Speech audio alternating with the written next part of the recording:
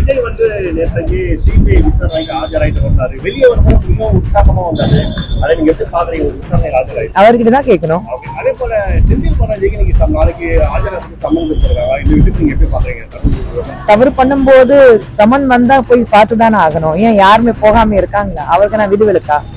சமன் கொடுத்தாங்கன்னா போய் பார்த்துட்டு வரட்டும். தொடர்ச்சியான கேஸ் அந்த சிலிண்டர் அதாவது தட்டுப்பாடு இருக்கு. மத்திய அரசோட வெளியுறவு கொள்கையினாலதான் திமுக வந்து அறிவுபூர்வமா பேசிட்டு இருக்காங்களான்னு முதல்ல அவங்களே வந்து கண்ணாடி பார்த்துட்டு கேட்கணும். எல்பிஜி கேஸ் பிரச்சனை வந்து இப்போ இருக்கிறது உலகத்துல என்ன ஒரு பிரச்சனை போயிட்டு இருக்கு அவங்களுக்கு தெரியாம இருக்கு.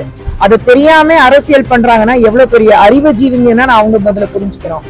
உலகத்திலேயே ஒரு பிரச்சனை போயிட்டு இருக்கு. அவ்வளவு பெரிய போர் நடத்திட்டு போயிட்டு இருக்கு. அந்த பிரச்சனையில வந்து தமிழகத்துல ஒரு குழந்தைக்கு சளி பிடிச்சாலும் அதுக்கு பிஜேபி நரேந்திர மோடி தான் காரணம் சொல்லிக்கிற அளவுக்கு ஒரு கீழ்த்தனமான அரசியல் திமுக பண்ணிட்டு இருக்கு. திமுக ஆட்சியில பெண்ணுங்களுக்கு குழந்தைங்களுக்கு எந்த பாதுகாப்பு இல்லை. லா அண்ட் ஆர்டர் வந்து எங்கேயோ போய் நிக்குது.